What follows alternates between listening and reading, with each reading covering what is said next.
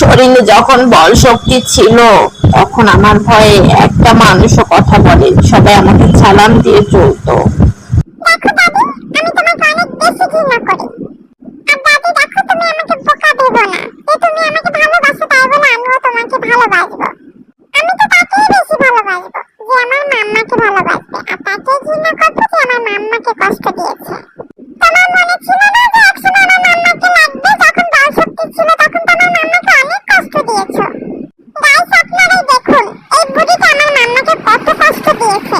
আমি এর সাথে কথাই বলবো। এত গরম পড়তেছে, কি বলবো, তাপমাত্রা 40 ডিগ্রির মতো। আর আমি সেই সকাল থেকেই পাখির ঘরে রান্না বান্না করতেছি, এখন 12টার মতো বাজে।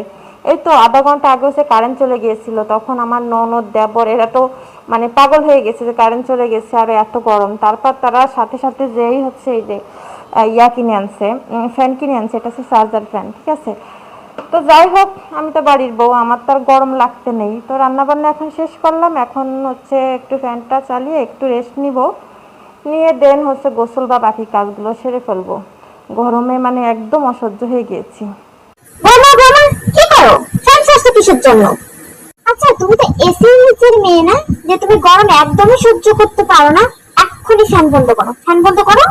এই দিন আমরা তারপরে আসছি, আমরা যখন নতুন বউ ছিলাম তখন কারেন্টও ছিল না, হাত পাকা দিয়ে কাজ চালাতাম, ঠিক আছে। তখন তো আমরা এইভাবে করে গরমের জন্য পাগল হয়ে যাইনি, আর এখন একটু গরম লাগলেই তোমরা পাগল হয়ে যাও, সব মহারানী। মিনিট এখন একটু ঘুমাবো, তারপর বাকি কাজগুলো করবো। বাবা কি শান্তি। আচ্ছা, তোমার কি বুদ্ধি বিবেক কোনোদিনই হবে না? এই ঘাম শরীর নিয়ে তুমি এখানে এসে শুয়ে পড়েছো।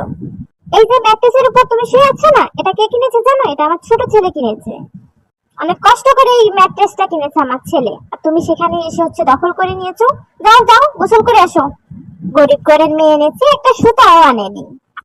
সবে মাত্র আমার বিয়ে হয়েছে, কিভাবে বাবাকে এখন বলবো যে বাবা আমাকে সংসারের জিনিসপত্র কিনে দাও? এমনি ধার দিনা করে বিয়েটা দিয়েছে। এখন যদি আমার বাবাকে বলি তাহলে আমার বাবা হয়তো তার সংসারের জিনিসগুলোই আমাকে দিয়ে দিবে, কিন্তু না, আমি তো এখন কিছুই বলবো না, কারণ আমি যদি এখন কিছু বলি আমার বাবা ভাববে যে আমি অনেক কষ্টে আছি। কষ্টে তো আছি বাবা, সত্যি অনেক কষ্টে আছে তোমার মেয়ে। এই সংসারে আমার স্বামী বলতে আমার আর আপন কেউ নাই, কিন্তু স্বামী আপন হয়েও লাভ হচ্ছে না, কারণ সে তো বেকার, তার তো অডেল টাকা নাই। আর এই সমাজে টাকা দিয়েই নিজের মা বাবা তার সন্তানকে বিচার করে, যে সন্তানের টাকা বেশি তার কদর বেশি। এই যে ধরুন আমার দেবর টুকটাক ইনকাম করতেছে, যার জন্য আমার দেবরকে একটা রুম ছেড়ে দিয়েছে, সে কিন্তু এখনো বিয়ে করেনি। আর শ্বশুর শাশুড়ি আর আমরা দুজন একসাথেই ঘুমাচ্ছি, কারণ আমরা যে বেকার। কততে আনবি না বাবার বাড়ি থেকে? কারে পড়লে ঠিকই আনবি। বিয়ের সময় কথা ছিল যে আমার ছেলেকে বিদেশ পাঠানোর জন্য টাকা দিবে, তার কোনো নাম গন্ধ নাই। বৌমা, আমি যেহেতু এখন এখানে আর থাকছি না, আমার যে জিনিসপত্রগুলো আছে আমি সবকিছু এখানে গুছিয়ে রেখে যাচ্ছি, ঠিক আছে। আর তুমি কি রান্না কি করবা সেটা তো আর আমি জানি না। পায়ের ব্যথাতে বিছনা থেকে একদম উঠতেই পারতেছি না, কেউ আমাকে মূল্য দেয় না, কেউ আমার কথাও শুনে না। যে নাতিনটাকে আমি কোলে পিঠে করে মানুষ করছি, যাকে আমি এত ভালোবাসছি, সেও আমাকে মূল্য দেয় না। বৌমা, এক গ্লাস পানি দাও।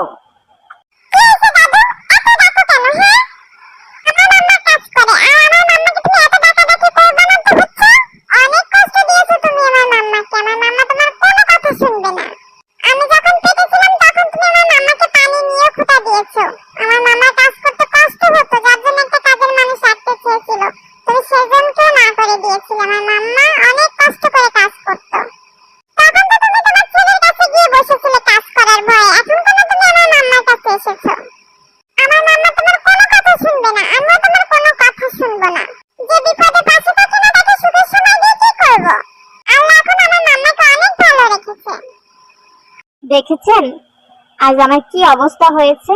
সবকিছুই কিন্তু আমার নিজের দোষে। সত্যিই তো, বিয়ের পর দিন থেকেই তো কোনো মেয়ে শ্বশুর বাড়িতে এসে খারাপ ব্যবহার করে না।